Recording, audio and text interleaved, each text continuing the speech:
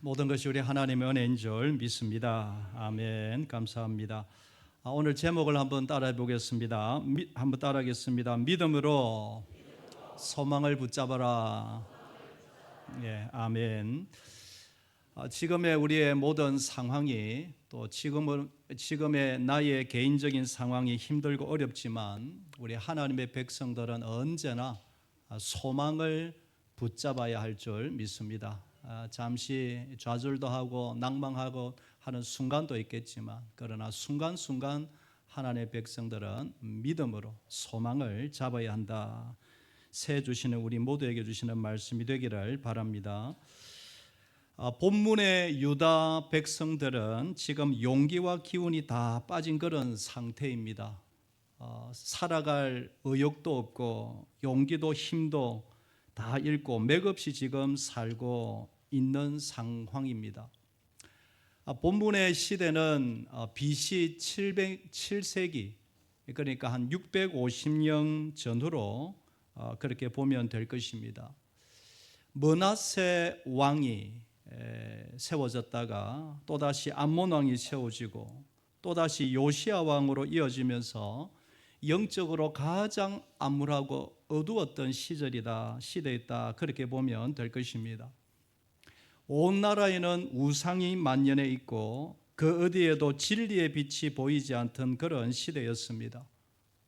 또 사회적으로는 불법과 부정이 난무하고 부패와 타락이 넘치는 그런 시대였습니다.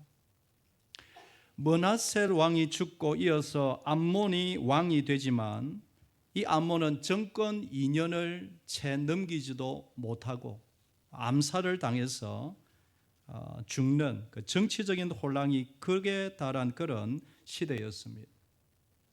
이 암몬에 이어서 요시야가 왕으로 세워지지만 이 요시야는 그때 어린 8세의 나이에 불과했습니다.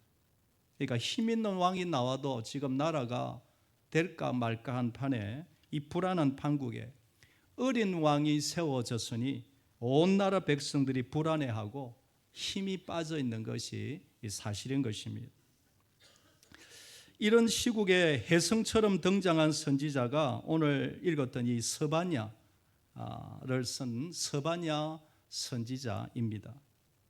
그가 소리쳐 하는 말이 유다 백성들아 두려워하지 말고 힘을 내고 용기를 내라. 아무리 어려워도 하나님의 백성들은 믿음의 말씀을 붙잡고 소망을 놓치지 않아야 한다. 그렇게 지금 외치고 있는 것입니다. 읽었던 16절 말씀을 보면 그날에 사람이 예루살렘에 이르기를 두려워하지 말라. 시온아 내 손을 너릇뜨리지 말라. 손을 너릇뜨리지 말라. 이 말은 힘을 잃지 말라. 기운에 빠지지 말고 용기 잃지 마라. 이런 말이죠. 그러면서 14절에는 이렇게 외칩니다. 시온에 따라 노래할지어다. 이스라엘아 기쁘게 부를지어다. 예루살렘에 따라 전심으로 기뻐하며 즐거워할지어다.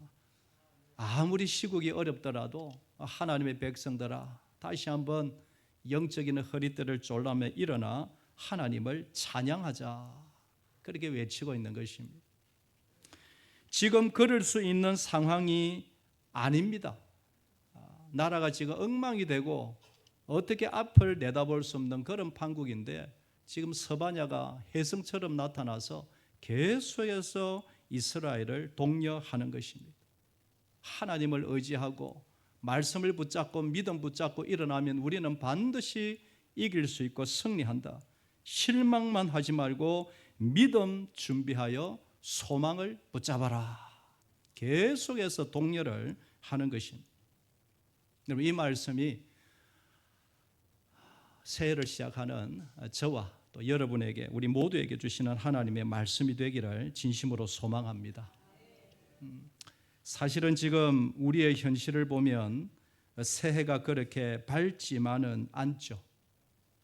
탄핵 정국이 어떻게 흘러갈지, 외교와 안보는 어떻게 될지, 또 그에 따라 세계 경제는 어떻게 변할지, 저는 뭐 잘 모르겠지만 우리 사업하시는 분들은 아마 이런저런 걱정이 한두 가지가 아닐 것이고, 회사나 직장에 다니는 분들도 아마 걱정이 많을 것입니다. 또 직장을 구해야 하는 우리 청년들, 취업 준비생들, 과연 새해에 일자리가 많이 일어날까? 과연 직장을 구할 수 있을까? 현실적인 육신의 관점으로 보면 참 힘들고 우울한 마음이 드는 것 사실입니다. 또 엊그저께 무안공항에서 일어난 그 참 있어서는 안 될 그 참사를 보면서 온 나라가 우울한 마음, 슬픈 마음이 있는 것은 사실입니다. 개인적으로도 한 해 동안 열심히 아마 다들 사셨을 겁니다. 열심히 달려왔지만 그러나 결과를 보니 좋지 않는 경우도 있겠지요. 그러다 보면 나도 모르게 실망이 되고 사실은 낙담이 되기도 하는 것입니다. 사랑하는 여러분, 그러나 우리 주의 백성들은 성령을 받아 영생의 소망을 가진 하나님이 함께 하시는 주의 백성들은 언제나 말씀을 붙잡아야 할 줄 믿습니다. 오늘 제목처럼 두려워하지 말고 소망을 다시 붙잡아야 할 줄 믿습니다. 그래서 오늘 말씀은 이겁니다. 왜 우리가 믿음 안에서 소망을 붙잡아야 하고 왜 붙잡을 수밖에 없는 존재들인가? 크게 한 두 가지 정도로 말씀의 교훈을 받기를 원합니다. 첫째로 우리가 소망을 붙들 수밖에 없는 것은 하나님이 다시 기회를 주시기 때문인 것입니다.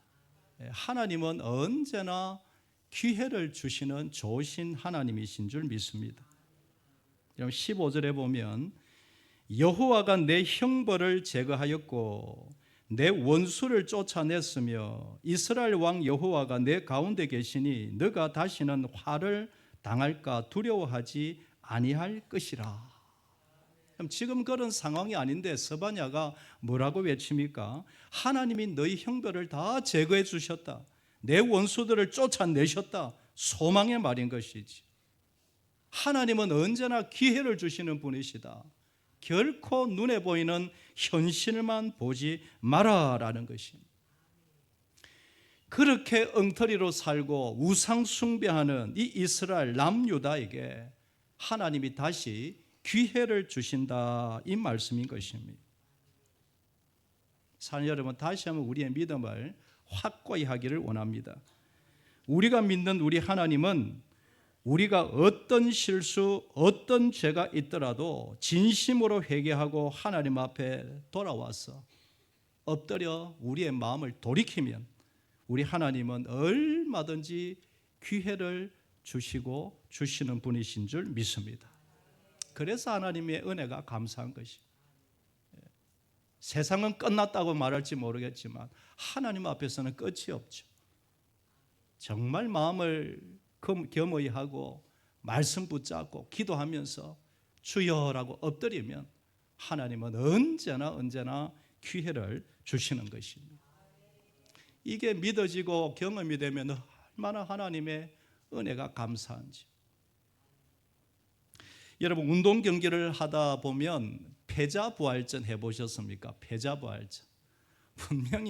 분명히 졌는데 어떻게 하다가 패자들이 모여서 하는데 쑥쑥 올라옵니다.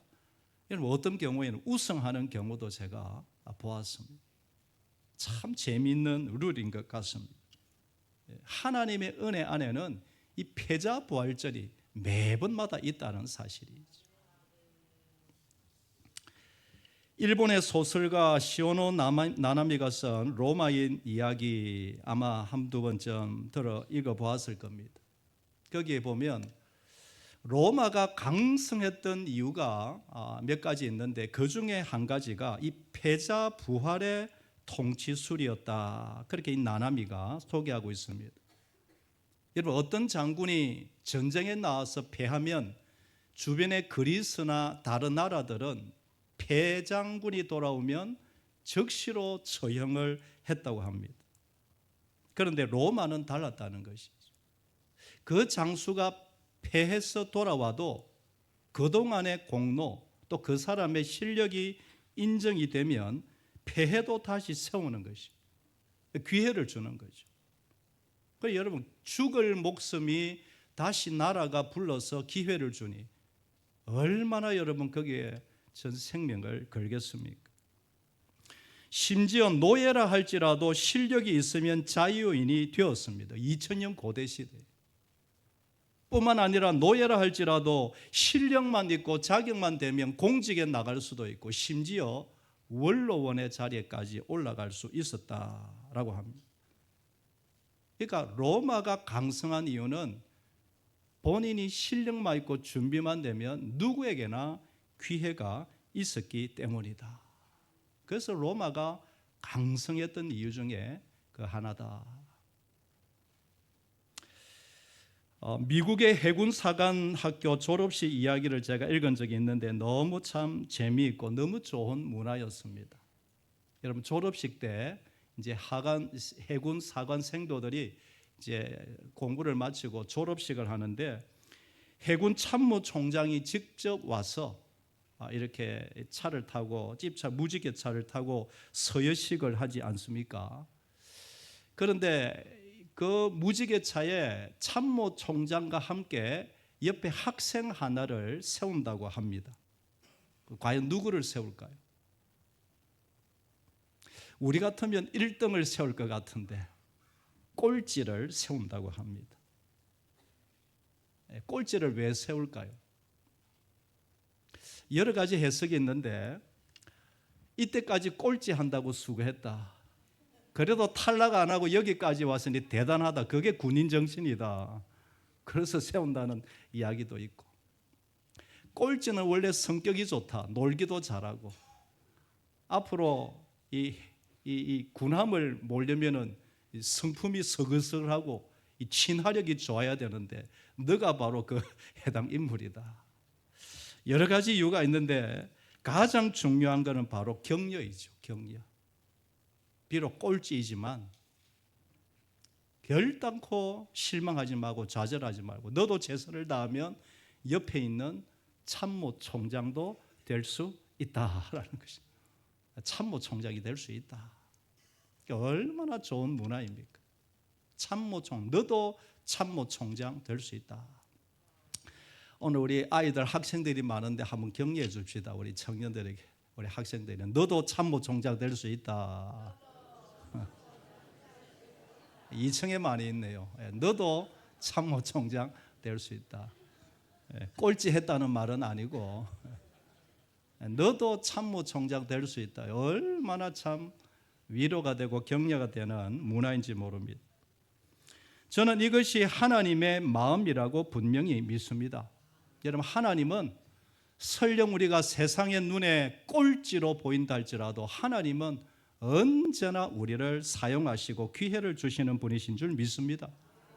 아무리 실패하고 아무리 실수하고 아무리 모자라도 하나님 아버지의 이름을 부르고 회개하고 하나님 이제부터 제대로 살겠습니다라고 결심하고 하나님 앞에 나오면 하나님은 언제나 기회를 주신다. 할렐루야. 이런 베드로 완전히 끝났죠. 갈릴리 바닷가에 있을 때 이미 제자로서도 실패하고 신앙인으로서도 실패하고 다 잡혀 자기한 낙심하여 고향에 돌아와 고기를 잡고 있었죠. 그때 우리 주님 오셔서 다시 기회를 주시죠. 내 어린 양을 먹이라. 내 어린 양을 먹이라. 다윗의 일생도 우리가 시편을 보고 역사서를 보면 고비고비마다 하나님이 다윗 왕에 찾아오셔서 힘내라 힘내라 얼마나 위로해 주셨는지 모릅니다. 그래서 시편 40절 2절 3절 말씀을 보면 이 한 절에 다윗의 일생이 들어있고 고백이 들어있습니다. 우리 다 같이 한번 읽어볼까요? 시작. 기가 막힐 웅덩이와 수렁에서 끌어올리시고 내 발을 반석 위에 두사 내 걸음을 견고하게 하셨도다. 새 노래 곧 우리 하나님께 올릴 찬송을 내 입에 두셨으니 많은 사람이 보고 두려워하여 여호와를 의지하리로다. 아멘. 기가 막힐 웅덩이와 수렁에서, 여러분 저 말은 죽음의 수없는 고비를 겪었다라는 것이. 그때마다 포기하고 좌절하고 그냥 죽어 천국 가리 이런 상황 속에서도 하나님은 끝까지 다윗을 붙드셔서 이기게 하시고 살려주셨다, 이 고백인 것입니다. 사랑하는 여러분, 우리 중에 지금 납당한 분이 혹시 계십니까? 겉은 울고 있지만 속은 울고 있는 분이 혹 계시지는 않습니까? 무언가 허물어져서 심히 좌절해 있는 분은, 그런 분은 안 계십니까? 여러분, 원하기는 다시 한번 새해가 다가오는데 다시 한번 믿음 붙들고 용기를 낼 수 있기를 주의 이름으로 권면하고 축복합니다. 말씀 붙들고 기도하고 말씀 붙들고 하나님의 성령을 의지하면 하나님은 언제든지 기회를 주시는 좋으신 하나님이신 줄 믿습니다. 그래서 우리 학생이건 청년이건 사업을 하건 어르신이건 지나간 것은 다 십자가에 던져버리고 아무리 부족해도 하나님의 이름을 부르면 새 소망, 새 기대를 하나님이 주신다. 이 믿음으로 새해를 맞이할 수 있게 되기를 소망합니다.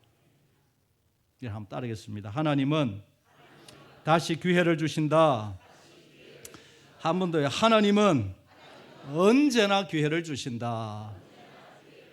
아멘. 우리가 소망으로 다시 새해를 맞이해야 되는 이유는 하나님의 그 크신 사랑의 열심 때문입니다. 내가 최선을 다하는 것 당연히 해야 되겠지만 내가 어떻게 능력이 있어서가 아니라 하나님의 그 열심 때문에 우리가 소망을 붙들 수밖에 없다라는 것입니다. 여러분, 17절 말씀을 보면 너의 하나님 여호와가 너의 가운데 계시니 그는 구원을 베푸실 전능자시라. 그가 너로 말미암아 기쁨을 이기지 못하시며 너를 잠잠히 사랑하시며 너로 말미암아 즐거이 부르며 기뻐하시리라 하리라. 우상 숭배하고 엉망으로 사는 이스라엘이 뭐가 좋다고 너 때문에 기뻐하며 춤추며 즐거이 노래 부르리라. 왜 그렇게 말씀하신단 말입니까? 어떤 책 제목처럼 하나님은 사랑에 그냥 눈이 머신 것 같습니다. 이스라엘이 무슨 사랑스러운 구석이 있다고. 마치 할아버지 할머니 눈에 자신의 손자보다 더 예쁜 아이가 없죠. 자기 손자가 아무리 개구장이라도 여러분 앞에서 막 이렇게 무대에서 춤추고 있으면 누구만 보입니까? 내 손자만 보이는 거죠. 어쩔 수가 없는 것 아닙니까? 여러분, 내세울 거는 이스라엘 하나님이 왜 그렇게 좋아하시고 즐거워하실까요? 그 이유는 지금 이스라엘이 가장 시련에 빠져 있고 가장 약함에 빠져 있기 때문인 것이. 아버지 어머니의 눈에는 몸이 아픈 아이가 눈에 먼저 들어옵니다. 밥을 제대로 먹지 못하는 아이, 실망하고 좌절해 있는 아이, 그 아이가 제일 마음에 걸리죠. 여러분, 하나님이 이렇게 스바냐를 통해서 위로하고 격려하는 이유는 지금 끝없이 추락하는 이스라엘, 너무너무 좌절해 있는 이스라엘, 하나님 보시기에 너무 안쓰러운 것이. 그런데 감사한 것은 하나님의 여호와의 그 사랑의 열심이 결국에는 이스라엘을 살려놓는 줄 믿습니다. 살려놓는 것이. 지난 성탄절에 나눈 말씀처럼 딴 게 아니고 만군의 여호와의 열심이 반드시 우리를 회복시키실 줄 믿습니다. 여러분, 이사야 9장 7절 말씀 우리가 지난 성탄절에 한번 보았죠. 그 정사와 평강의 더함이 무궁하며 또 다윗의 왕자와 그의 나라에 군림하여 그 나라를 굳게 세우고 지금 이후로 영원히 정의와 공의로 그것을 보존하실 것이라. 만군의 여호와의 열심히 이를 이루시리라.